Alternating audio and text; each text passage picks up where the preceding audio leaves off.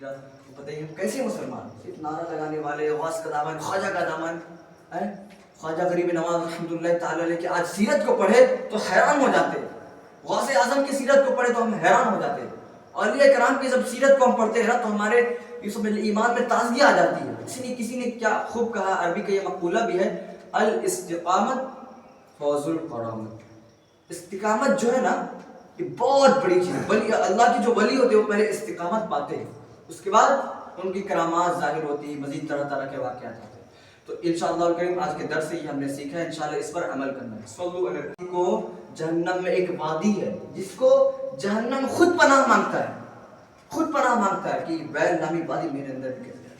وہ ویل نامی وادی میں پتہ ہے کس کو ڈالا جائے گا؟ وہ جو نماز پڑھتا ہے لیکن وقت کو ضائع کرتا ہے، جو نمازیں قضا کرتا ہے اس کے لیے ویل نامی وادی کو ہے۔ اور بتائیے جو نماز ہی نہیں پڑھتا ہے تو پھر نماز کیسے ہوگی؟ نماز درست انداز سے کب پڑھیں گے؟ ہمارا عمر آج 80 سال 100 سال حتیٰ کہ کئی عمر ہو چکا ہے لیکن ہم اس میں نہیں کمپرومائز کر پا رہے، ہم آ رہے اپنا کام کرے چلے جا رہے۔ ایسا نہ ہو کہ بروز محضر اللہ عز و جل کہہ دے کہ تیرا کوئی عبادت کام نہیں ہے، تو نے نماز درست نہیں پڑھی، تو ریاکاری کی نیت سے نماز پڑھتا، دکھلاوے کی نیت سے نماز پڑھتا تھا، تیری عبادت میں خضوع نہیں تھی۔ اگر اللہ عز و جل یہ کہہ دے تو بتائیے کہاں جائیں گے؟ افسوس افسوس افسوس، 100 کروڑ افسوس۔ کیا جنا نماز کا فکر، بس وقت کو یوں ضائع کرنا، یوں ضائع کرنا۔ دیکھیں مسجد کتنی شاندار ہے، ماربل لگی ہوئی، ٹائلس لگی ہوئی ہے، لیکن نمازی کہاں گئے پتہ نہیں۔ پہلے مسجد جو ہے وہ کچی تھی، نمازی پکے تھے، اب تو مسجد پکی ہو گئی، نمازی کچے ہو گئے۔ تو یہ بہت افسوس والی بات ہے، ہمیں اس چیز کو درس یہاں سے لے کے جانا ہے کہ نماز تو اول چھوڑنا نہیں ہے۔ جو نماز چھوڑتا ہے اس کو جہنم کے اس دروازے پر، اس دروازے سے وہ شخص گزرے گا، اللہ اکبر، جہاں اس کا نام لکھا گیا ہو، اس کا نام لکھا جا رہا ہے۔ حضور نے کہا دوبارہ پڑھو، پھر دوسری مرتبہ ہے، حضور نے کہا دوبارہ پڑھو، پھر تیسری مرتبہ نماز پڑھ کر آیا، حضور نے فرمایا دوبارہ پڑھو۔ اس نے کہا حضور مجھے ایسی یاد ہے اور مجھے کوئی نماز کا طریقہ کار نہیں معلوم۔ حضور نے فرمایا نہیں، یہ وہ نماز نہیں، نماز جو ہے نا وہ خشوع اور خضوع کے ساتھ ادا کرنے میں وہ الحمدللہ عز و جل وہ نماز کہا جائے گا، ہے نا۔ نماز میں وہ سجدے صحیح سے ہو، اس لیے فرمایا گیا کہ مال کی چور سے بدترین چور کون ہے؟ جو نماز میں چوری کرے۔ صحابہ نے کہا یا رسول اللہ وہ کون سے لوگ؟ فرمایا جو نماز میں رکوع اور سجود اچھے انداز سے نہ کرے۔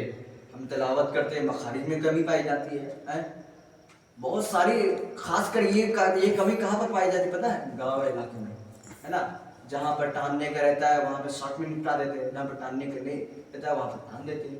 تو یہ کچھ ایسی امپورٹنٹ چیز ہے، یاد رکھیے عربک کا جو گرامر ہے یہ زیر زبر پیش میں جہاں سا کمی آئی اس میں کا خلاصہ ہے کہ اگر کوئی بندہ گناہ کرتا ہے اور اس کا دل میں ایک ڈاٹ، سیاہ ڈاٹ لگتا ہے، پھر ڈاٹ لگتا ہے، پھر دوبارہ کرے پھر ڈاٹ لگتا ہے، ایک وقت ایسا آتا ہے اس پر کوئی ہدایت کی بات اثر نہیں کرتی، کچھ بھی سمجھ میں نہیں آئے کہ ہم کیا کر رہے ہیں، نہ عبادت میں لطف ملے گا، اگر وہ نماز بھی پڑھ رہا ہے پھر گناہ کر رہا ہے۔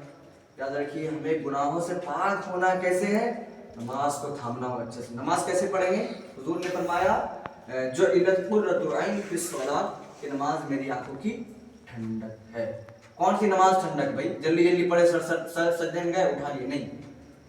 ایک شخص تھا نا نماز پڑھ رہا تھا پھر سجدہ کرنا کے ہندوستان بلکہ تمام ممالک میں انشاءاللہ الحمدللہ دین متین کی خدمت کر رہی ہے، جس میں الحمدللہ مساجد درس ہو رہا ہے، مدارس کو چلایا جا رہا ہے، جامعۃ المدینہ ہے، فیضان مدینہ ہے، مزید شعبہ جات ہے الحمدللہ۔ یہ تنظیم، یہ آرگنائزیشن الحمدللہ تمام ملک بھر میں الحمدللہ تقریباً 150 سے زائد کنٹری میں جو ہے دین کی خدمت چل رہی ہے۔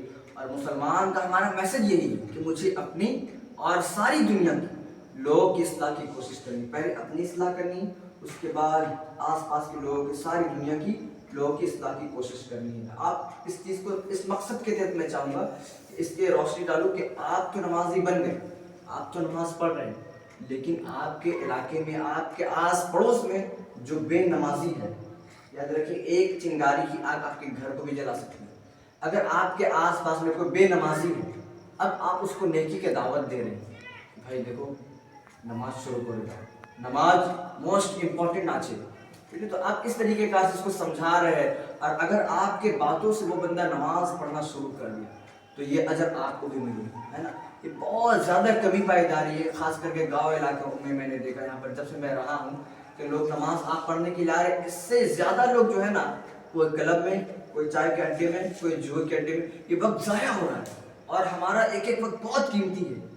زندگی میں کوئی میسج نہیں آئے گا، کوئی قاصد نہیں آئے گا کہ آپ کی عمر 100 سال ہو گئی ہے اور 100 سال باقی، کوئی میسج نہیں آئے گا۔ موبائل میں میسج آتا ہے 80% ڈاٹا نیٹ ختم ہوا ہے، 50% ڈاٹا ختم، لیکن زندگی میں کوئی میسج نہیں آئے گا۔ حدیث پاک ہے کہ اپنے حبیب پر درود پڑھو، تو ہمیں درود پاک پڑھو۔ درود پاک کی بہت ساری فضیلتیں ہیں، ہے نا۔ جو بندہ 100 مرتبہ درود پاک پڑھتا ہے، اللہ تبارک و تعالی اس کے دونوں آنکھوں کے درمیان لکھ دیتا ہے یہ بندہ نفاق اور جہنم کی آگ سے آزاد ہے۔ سبحان اللہ۔ اور جو بندہ 80 مرتبہ درود پاک پڑھتا ہے جمعہ کے دن، یعنی آج سے کل تک جو بندہ 80 مرتبہ درود پاک پڑھتا ہے، اللہ تبارک و تعالی اس کے پچھلے 80 سال کے گناہ معاف فرماتا ہے۔ سبحان اللہ۔ 80 سال کی جو چھوٹی گناہیں ہیں وہ معاف ہوتی ہے، اور جو بڑی گناہ ہے، کبیرہ گناہ وہ جو ہے انشاءاللہ قریب توبہ سے معاف ہو جائے۔ صلو علی الحبیب صلی اللہ تعالی علیہ وسلم۔ الحمدللہ، عاشقان رسول کی